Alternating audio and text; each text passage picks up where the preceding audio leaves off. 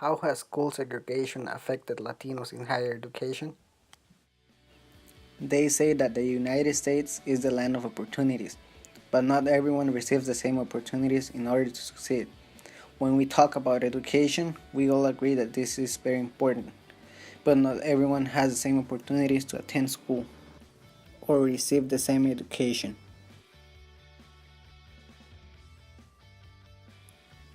This graph represents the college competition by race and ethnicity in the year of 2014.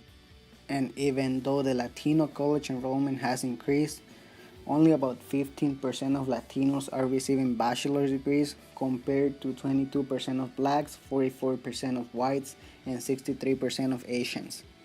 As we can see, there's a really big difference. But why are we seeing these results?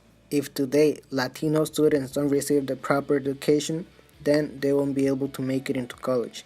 And if they do, they will be completely lost because nobody mentored them on what to do and what not to do. Of course, there are cases of people who dropped out of school and became millionaires, but not everyone has the same luck. Others have to struggle throughout their life trying to make a living, and earning a college degree is one of the few ways to have a better life in the future. Most of the Latino students are not receiving college degrees because they are dropping out of school.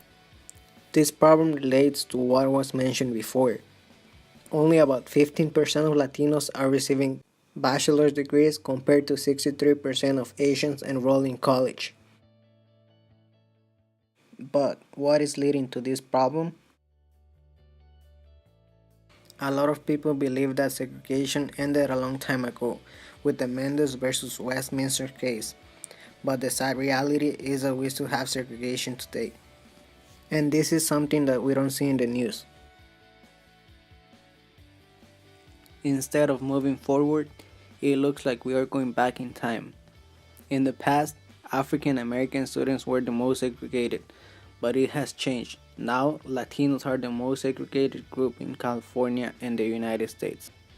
Latinos and African Americans tend to perform worse on tests, and this is due because of the residential segregation and the racial economic inequality.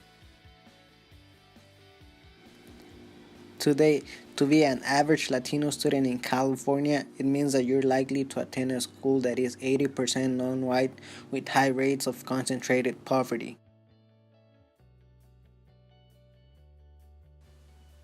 There are many academic challenges that Latino students face. A couple of them include not receiving enough federal aid, lack of communication skills, lack of parent support, and the lack of support from school staff.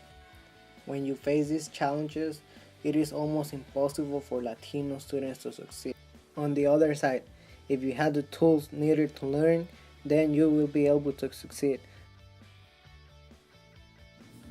But the real question here is, how can we solve this problem?